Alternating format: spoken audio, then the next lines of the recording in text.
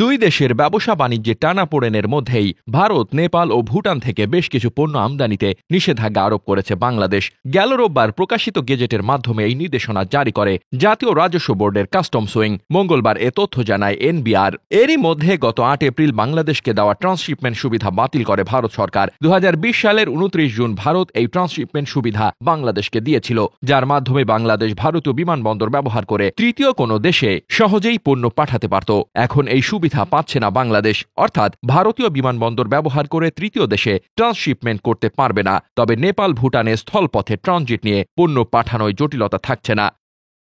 নতুন প্রজ্ঞাপন অনুযায়ী নেপাল ও ভুটানে উৎপাদিত এবং প্রক্রিয়াজাত সুতা ও আলু ছাড়া অন্য সকল পণ্য আমদানি করা যাবে। ভারত থেকে আমদানিতে নিষেধাজ্ঞা দেওয়া পণ্যগুলো হল duplex board, news print, craft paper, cigarette paper, মাছ, সুতা, আলু, গুঁড়া দুধ, tobacco, radio, TV parts, cycle ও motor parts, Formica sheet, ceramic ware, sanitary ware, stainless steel ware, marble slab ও টাইলস এবং মিক্সড ফেব্রিক্স। তবে মূসক নিবন্ধিত বিড়ি উৎপাদনকারী শিল্প প্রতিষ্ঠানগুলো কাঁচামাল হিসেবে তামাক ডাটা আমদানি করতে পারবে বলে প্রজ্ঞাপনে উল্লেখ রয়েছে।